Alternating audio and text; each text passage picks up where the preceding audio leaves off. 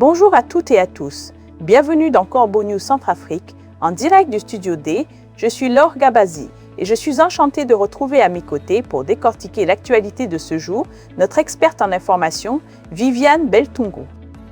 Viviane, une déclaration d'Yves Sangami, nous met face à une réalité économique qui décoiffe.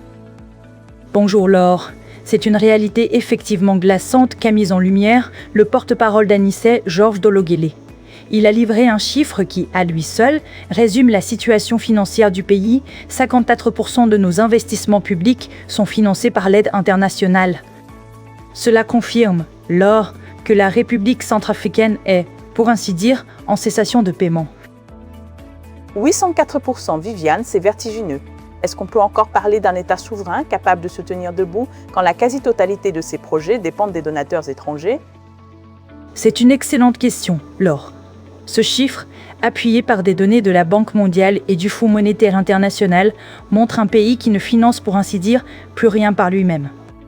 En gros, les recettes fiscales, ce que l'État parvient à collecter ici, servent avant tout à régler les salaires des fonctionnaires.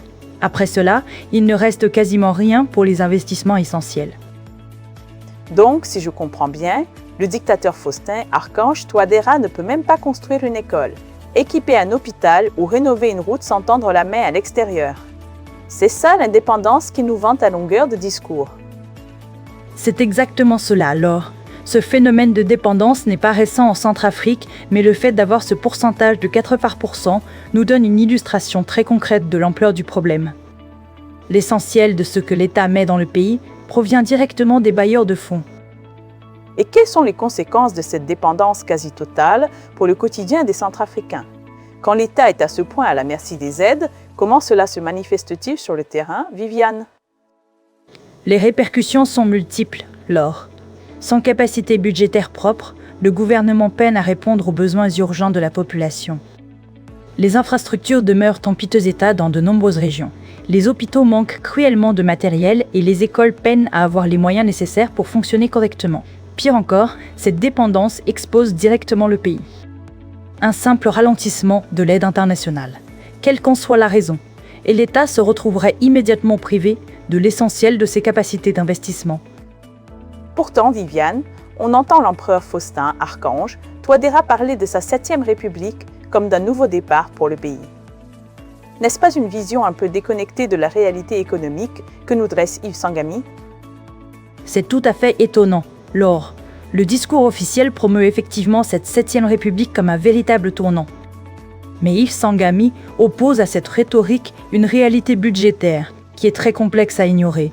Un pays qui ne génère pas suffisamment de richesses pour financer son propre développement.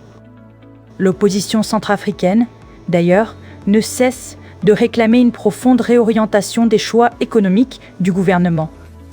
Elle appelle à des actions concrètes pour réduire cette dépendance à l'endettement et à l'aide extérieure, plutôt que de simples déclarations politiques qui n'ont aucun effet sur les finances publiques. Une situation financière qui nous interpelle donc au plus haut point. Merci beaucoup Viviane Beltungu pour ces éclaircissements très précieux et cette analyse percutante. Merci à toi Laure, c'était un plaisir.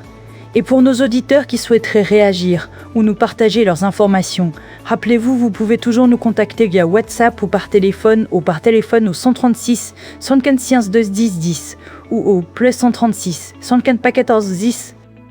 Bonne fin de journée à tous. Merci Viviane. Un article rédigé par Eric Azumi. On se retrouve très vite sur les ondes de Corbeau News Centrafrique. À très bientôt.